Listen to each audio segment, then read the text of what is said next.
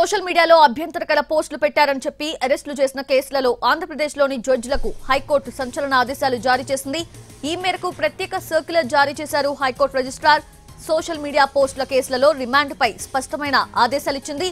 Remand విధించేటప్పుడు మార్గదర్శకాలు పాటించాలని సూచించింది. అనేక కేసులలో సుప్రీంకోర్టు నిర్దేశించిన సూత్రాలు పాటించడం లేదని హైకోర్టు రిజిస్ట్రార్ తెలిపారు. Arnesh Kumar versus state of Bihar తీర్పుని అనుసరించాలని సూచించారు.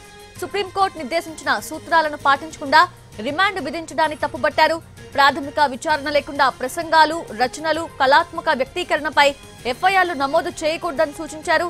రిమాండ్కు ఆదేశించే ముందు పోలీసులు చట్టాన్ని పాటించారా లేదా అనేది పరిశీలించాలని జ్యుడిషియల్ మెజిస్ట్రేట్లకు ఇచ్చిన సర్క్యులర్లో హైకోర్టు స్పష్టం చేసింది. అయితే ఈ ఆదేశాలను ఉల్లంఘించే మెజిస్ట్రేట్లు కోర్టు ధిక్కరణ ఎదుర్కోవాల్సి ఉంటుందని, శాఖాపరమైన చర్యలను కూడా ఫేస్ చేయాల్సి ఉంటుందని హైకోర్టు హెచ్చరించింది.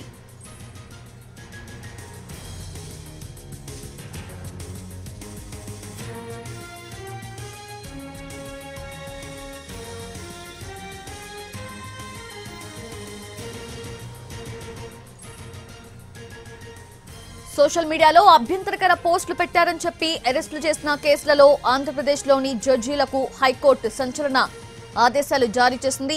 ఈ మేరకు ప్రత్యేక సర్క్యులర్ జారీ చేశారు high court registrar.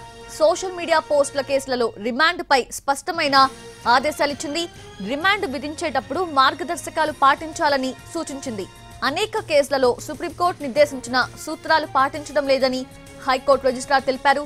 Arnesh Kumar versus state of Bihar తీర్పుని అనుసరించాలని సూచించారు.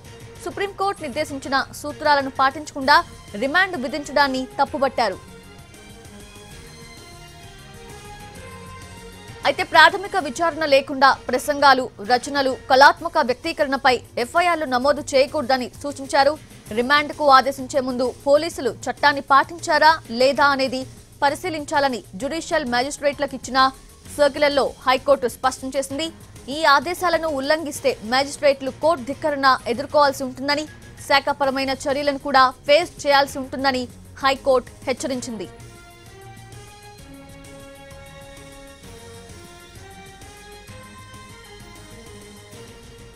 అది హైకోర్టు జారీ చేసిన సర్క్యులర్ కి సంబంధించి ఆ సర్క్యులర్ లో మెన్షన్ చేసిన పాయింట్స్ గురించి కూడా తెలుసుకునే ప్రయత్నం చేద్దాం. మా ప్రతినిధి శ్రీకాంత్ సిద్ధంగా ఉన్నారు. శ్రీకాంత్, ఏపీ హైకోర్టు ఒక కీలక సర్క్యులర్ అయితే విడుదల చేసింది. దీనికి సంబంధించి ప్రధానంగా సోషల్ మీడియాలో పోస్టులకు సంబంధించి నమోదవుతున్న కేసుల విషయంలో మ్యాజిస్ట్రేట్లు ఏ విధంగా వ్యవహరించాలి అనే అంశం మీద ఈ సర్క్యులర్ అయితే విడుదల చేసింది.